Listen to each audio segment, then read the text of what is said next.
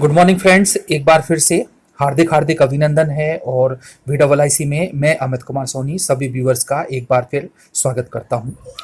दोस्तों, अभी तक सब्सक्राइब नहीं किया है तो चैनल को सब्सक्राइब जरूर करते चलें, शेयर भी करें, वीडियो को पसंद आता है तो लाइक करें, नोटिफिकेशन कंटिन्यू मिलता रहे इसके लिए बेल आइकॉन पर प्रेस जरूर करें।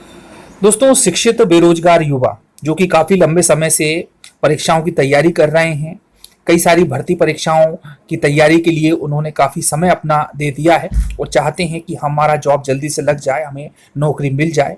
तो दोस्तों, एक खुशखबरी आई है, एक न्यूज़पेपर के माध्यम से ये प्रकाशित हुई है, तो वो मैं आप लोगों को बताऊंगा कि क्या क्या पॉइंट इसमें इंक्लूड हैं, फिर हम उनका विश्लेषण भी करने का प्रयास करेंगे। पहले मैं आप लोगों को इसमें इंक्लूड होने वाले पॉइंट्स के बारे में बता देता हूं।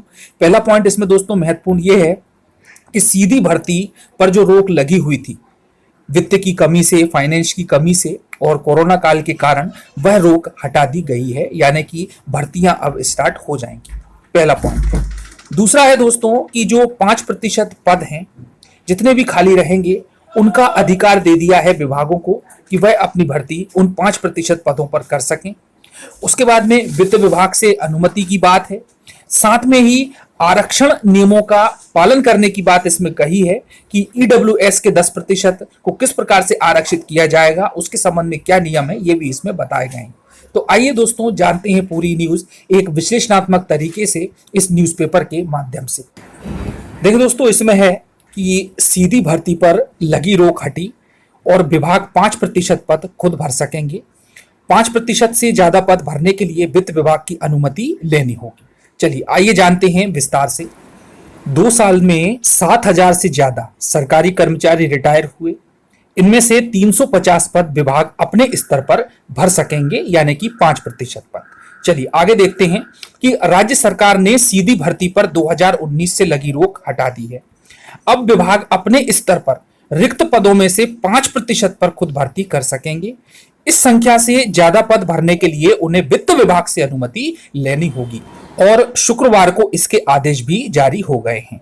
तो दोस्तों, 5% से यदि अधिक पद भरना चाहते हैं तो उन्हें फाइनेंस डिपार्टमेंट से अनुमति लेना पड़ेगी। अब बता दें कि बीते 2 साल में 7,000 से ज्यादा अधिकारी कर्मचारी रिटायर हुए।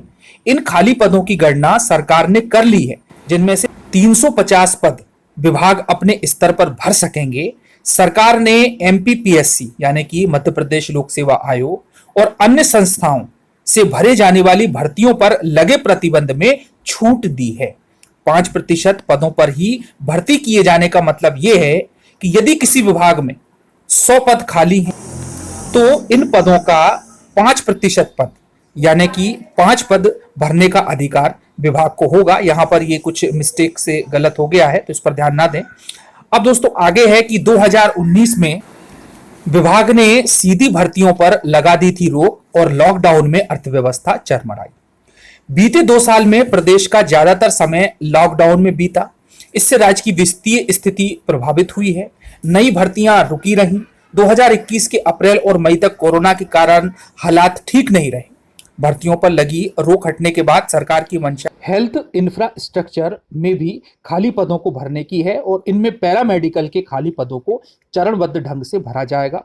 इधर शासन ने विभागों से, दोस्तों ध्यान से सुनना, कि जो भी विभाग हैं उन सभी से, अधिकारियों और कर्मचारियों से 2000 संवर्गों में रिक्त पदों की जानकारी मांगी है। एक लेटर भी इसके संबंध में जारी किया गया था जो कि सीधी भर्ती से संबंधित था, जिससे खाली पदों को भरा जा सके। चलिए दोस्तों, अब आते हैं हम कि आरक्षण नियमों का, क्योंकि अभी 50% कोटा आरक्षित किया गया है, तो उससे संबंधित नियम क्या है कि सरकार ने स्पष्ट किया कि सीधी भर्ती के लिए निर्धारित शर्तों में विभागों को आरक्षण के नियमों का पालन करना होगा।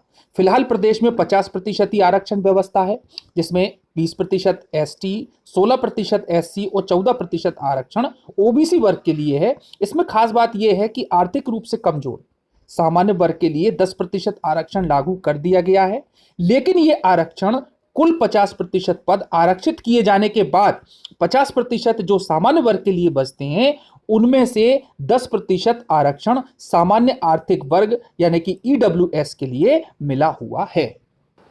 अब दोस्तों यहां पर इन्होंने EWS की जिक्र किया है कि किस प्रकार से उसकी आरक्षण की व्यवस्था रहेगी। तो गौरतलब है कि ये सुप्रीम कोर्ट में भी कई सारी याचिकाएं हैं और बहुत सारी याचिकाएं हाई कोर्ट में भी हैं ईडब्ल्यूएस के विरुद्ध कि ये 50% आरक्षण की सीमा का उल्लंघन करता है। और इसको हाईलाइटेड अभी इसलिए भी किया गया, या ये कह सकते हैं कि ये हाईलाइटेड हो गया, उसका कारण रहा है हाई कोर्ट का निर्णय कि 27% आरक्षण पर रोक बरकरार रहेगी ओबीसी वर्ग के लिए और 14% पर ही अनुमति दी गई है गवर्नमेंट को कि वह इस पर ही केवल भर्ती करे और 13% को होल्ड रखने की बात उन्होंने कही है। और दोस्तों इसी के विरोध के फलस्वरूप अब एक मांग और उठी है कि जो शिक्षक भर्ती है उसमें जो कुल पद हैं उसके आधार पर ईडब्ल्यूएस 10% दिया गया है, जबकि उन्हें दिया जाना था केवल जनरल की सीट से 10%। अब इसमें कितनी सच्चाई है ये विश्लेषण तो कोर्ट करेगा और इसका अंतिम फैसला भी कोर्ट पर ही डिपेंड है कि वो इससे संबंधित क्या निर्णय लेता है। हालांकि याचिका लगाने वालों ने ये याचिकाएं लगाई हैं, जैसा कि मैंने आप लोगों को पहले भी इसके संबंध में जानकारी दी थी। चलिए अब दोस्तों थोड़ा सा हम बात कर लेते हैं कि 5% का जो अधिकार विभागों को दिया है कि वह भर्ती कर सके, और थोड़ा सा और इनको रिलैक्सेशन किया गया है कि यदि वित्त विभाग अनुमति देता है तो वो 5% से ज़्यादा पर भी भर्ती कर सकते हैं। अब दोस्तों आप समझ सकते हैं कि यदि विभाग भर्ती करेंगे तो निश्चित रूप से इसमें भ्रष्टाचार बढ़ने की काफ़ी संभावना है। यदि मान लो कि ये एग्ज़ाम भी लेते हैं और मेरिट लिस्ट भी बनाते हैं तो वहाँ पर भी जो भ्रष्टाचार है वह निश्चित रूप से आगे आने वाले समय में बढ़ता हुआ दिखाई देता है, परिलक्षित होता है। क्योंकि दोस्तों मध्य प्रदेश के ही नहीं बल्कि पूरे देश के कई सारे विभाग ऐसे हैं जहां पर बहुत ज़्यादा भ्रष्टाचार है और निश्चित रूप से ये और अधिक भ्रष्टाचार को बढ़ावा देने वाली योजना है।